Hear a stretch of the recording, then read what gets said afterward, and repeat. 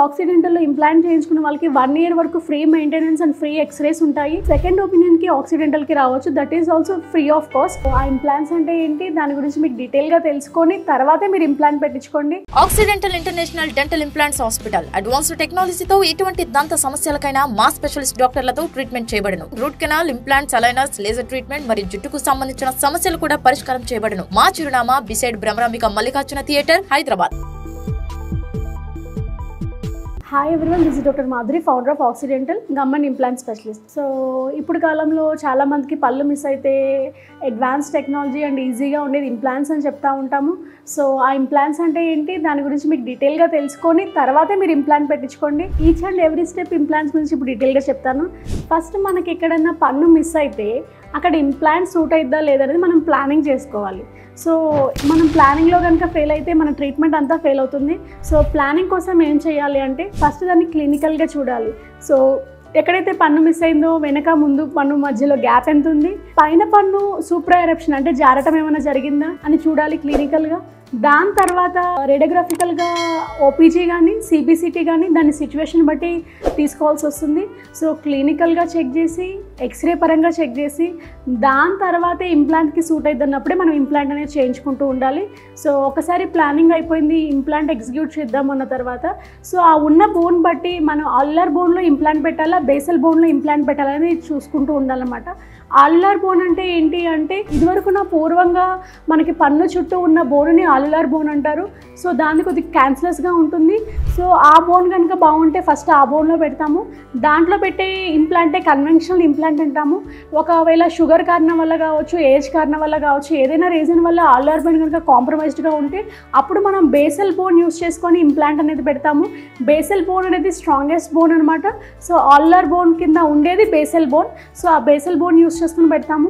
So ఇట్లా systemic కండిషన్సే కాకుండా రీసెంట్గా కోవిడ్ వల్ల ఇబ్బంది పడి బ్లాక్ ఫంగస్ వల్ల ఎవరికైతే ఎముకను అనేది రిమూవ్ చేయడం జరిగిందో అలాంటి వాళ్ళకి జైగోమాటిక్ బోన్, టెరిగాయిడ్ బోన్ సపోర్ట్తో పెడతాం అనమాట. సో కంటి కింద ఉన్న ఇక్కడ బోన్ సపోర్ట్తో ఇంప్లాంట్ అనేది లాంగ్ ఇంప్లాంట్స్ యూస్ చేసి పెడతా ఉంటాము. సో మనకున్న బోన్ క్వాంటిటీ క్వాలిటీని బట్టి, మనకున్న సిస్టమిక్ కండిషన్స్ని బట్టి బోన్ అనేది బట్టి మనం ఇంప్లాంట్ అనేది సెలెక్ట్ చేసుకోవాలి. Whether it is an basal implant or whether it is an conventional implant అనేది. సో ఒకసారి ఇంప్లాంట్ పెట్టిన తర్వాత ప్రాసెసెస్ అనేది ఇమీడియట్గా లోడ్ చేయాలా లేకపోతే 3 months ఆగి లోడ్ చేయాలనేది మన బోన్ క్వాలిటీని బట్టి ఉంటుంది. సో మీకున్న టయాన్ని బట్టి మీరు కనుక ఎన్ఆర్ఐ పేషెంట్స్ అయ్యి ఒక లిమిటెడ్ పీరియడ్లో వెళ్ళాలి అనుకుంటే అలాంటి వాళ్ళకి మనం ఇమీడియట్గా 7 days to 15 daysలో ఇక్కడ ఇంప్లాంట్ లోడింగ్ అనేది జరుగుతుందన్నమాట. సో ఫస్ట్ బేసికల్గా మనకు తెలవాల్సింది కన్వెన్షనల్ ఇంప్లాంట్స్లో ఏమవుతుంది అంటే ఆషో ఇంటిగ్రేషన్ అవుతుంది. సో ఆషో ఇంటిగ్రేషన్ అంటే ఏంటి అంటే మనము పెట్టిన ఇంప్లాంట్ చుట్టూ న్యాచురల్గా బోన్ ఫామ్ అవుతూ ఉంటుంది. అది ఆషో ఇంటిగ్రేషన్ అంటారు. సో బేసల్ బోన్లో పెట్టిన ఇంప్లాంట్ మెకానికల్గా ఇంప్లాంట్ అనేది లాక్ అవుతుంది. సో ఫస్ట్ ప్రిఫరెన్స్ దేనికి ఇవ్వాలి అంటే కన్వెన్షనల్ ఇంప్లాంట్స్కి ఇవ్వాలి. కన్వెన్షనల్ ఇంప్లాంట్స్ కుదరని వాళ్ళకే మనము బేసల్ ఇంప్లాంట్స్ ఇస్తూ ఉండాలి. సో దాన్ని ప్రాపర్గా మెయింటైన్ చేస్తూ ఉండాలి.